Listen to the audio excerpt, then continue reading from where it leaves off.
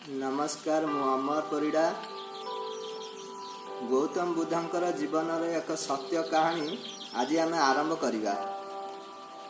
बुद्धदेव एक प्रश्न नहीं से सन्यासी होते।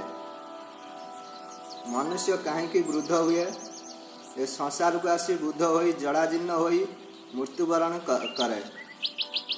कहीं मनुष्य दुख कष्ट घांटी हुए। प्रकृतर मु किए, मु ए संसार को कहीं आसी, जीवन चरम लक्ष्य कौन, मनुष्य कहीं पृथ्वी पृष्ठ को आसी थाए। यही प्रश्न नहीं गौतम बुद्ध गृहस्थरु बाहरी जाई सन्यासी होइथिले। सन्यासी रे जीवन यापन कले।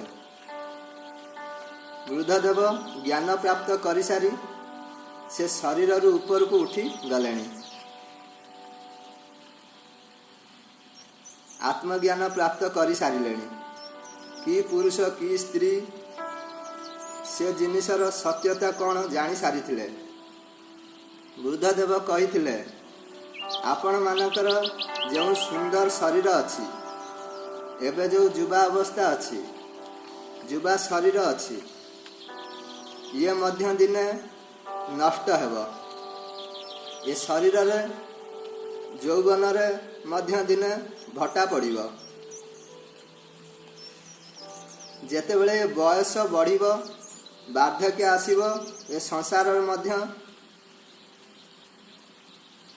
आपणकर आकर्षण कमिबो। ये शरीर रे मध्य आपणकर आकर्षण कमिबो।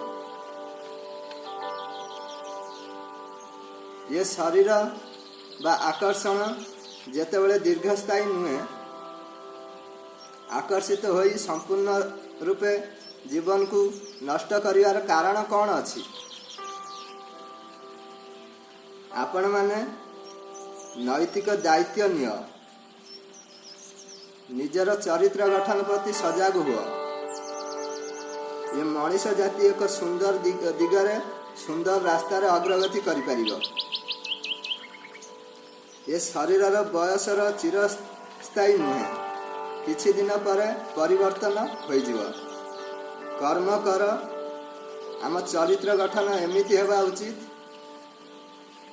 आमर अंत पर भी लोक आमको मने रखिबे।